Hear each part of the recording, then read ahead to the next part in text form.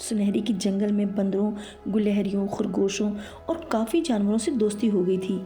پھر موسم تبدیل ہونے کی وجہ سے سارے جانور ادھر ادھر ہو گئے۔ اب وہ تنہا رہنے لگی تھی اور اس کے جسم پر کوئی کپڑا بھی نہ رہا تھا۔ سنہری کافی ذہین تھی۔ اس نے ادھر ادھر سے کافی خوبصورت بڑے بڑے پتے توڑ کر اپنے جسم کا لباس ایسے بنایا جسے وہ کوئی بہت ہی شاہی اور خوبصورت لباس تھا۔ پھر ایسا ہوا کہ ایک دفعہ وہاں سے ایک ملک کا بادشاہ گزر رہا تھا۔ اس چیز کا اسے علم نہ تھا کہ یہ کون ہے۔ یہ وہی بادشاہ سنہری کا باپ تھا۔ کسی دوسرے ملک جانے کے لیے اسی جنگل سے گزر رہے تھے۔ جنگل میں پہنچے تو بہت خونخوار جانوروں نے ان پر حملہ کر دیا۔ سنہری یہ سب دیکھ رہی تھی۔ وہ کسی طرح بادشاہ یعنی اپنے والد تک پہنچی، ان کو بھگاتے ہوئے جنگل کے غار میں لے گئی۔ بادشاہ حیرت سے اپنی بیٹی کو دیکھ رہا تھا۔ وہ باپ سے کچھ نہ بولی اور پھر کچھ پھل فروٹ لا کر باپ کو پیش کیے۔ بادشاہ پر حیرت کے پہاڑ ٹوٹ پڑے۔ یہ کیا؟ ایک بار پھر میرے ساتھ دھوکا ہوا، یعنی سنہری زندہ ہے۔ رات بھر سنہری نے باپ کی بہت خدمت کی۔ بادشاہ سنہری سے کافی شرمندہ دکھائی دے رہا تھا۔ صبح ہوتے ہی وہ بادشاہ کو لے کر غار سے باہر نکلی۔ بیٹی کے جسم پر پڑے کپڑے دیکھے جو تار تار ہو رہے تھے۔ اس نے جھٹ سے اپنا پہنا ہوا چوغا نکالا اور کہا، یہ لو بیٹی، اسے پہن لو۔ اپنے باپ کے منہ سے بیٹی کا لفظ سن کر سنہری رو پڑی۔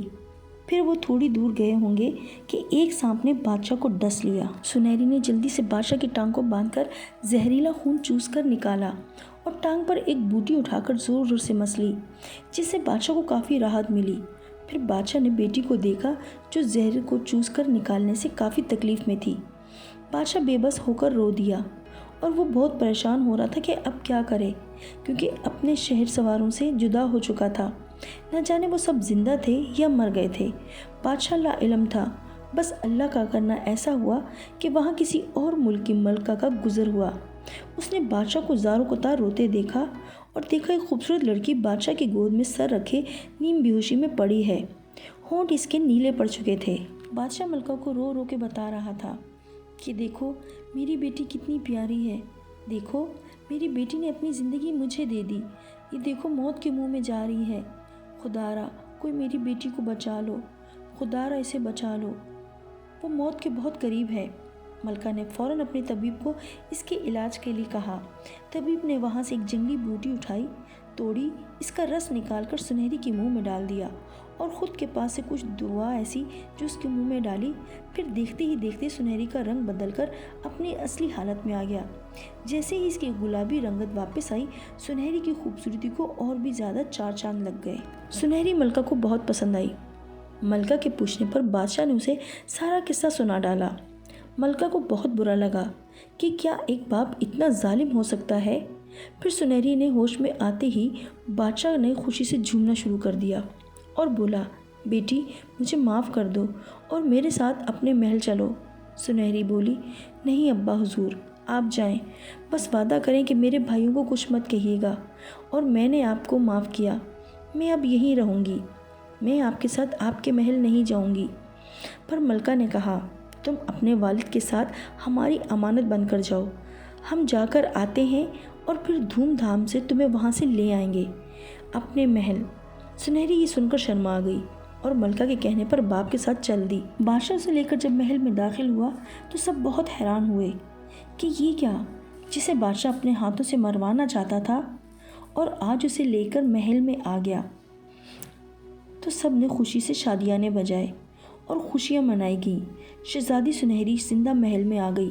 ملکہ بھی اپنی بیٹی کو پا کر بہت خوش ہوئی اور سنہری اپنے تینوں بھائیوں سے مل کر اور بھی زیادہ خوش ہوئی۔ بادشاہ بولا، تم تینوں نے بہت اچھا کیا جو اسے نہیں مارا، ورنہ آج میں بھی زندہ نہ ہوتا۔ میری زندگی میری بیٹی کی وجہ سے ملی ہے۔ پھر اس نے اللہ کے حضور توبہ طائف کیا۔ اسے کہتے ہیں جسے اللہ رکھے اسے کون چکھے۔ اللہ چاہے جسے زندگی دے، اللہ چاہے جسے موت عطا کرے، بے شک وہ غفور و رحیم ہے۔ اس کہانی سے ہمیں بہت سبق حاصل ہوا ہے۔ یہ ایک سچی آپ بیتی ہے۔ میری نئی کہانی آنے تک کے لیے اپنا بہت زیادہ خیال رکھیے گا، دعاؤں میں یاد رکھیے گا۔ اللہ نگہبان۔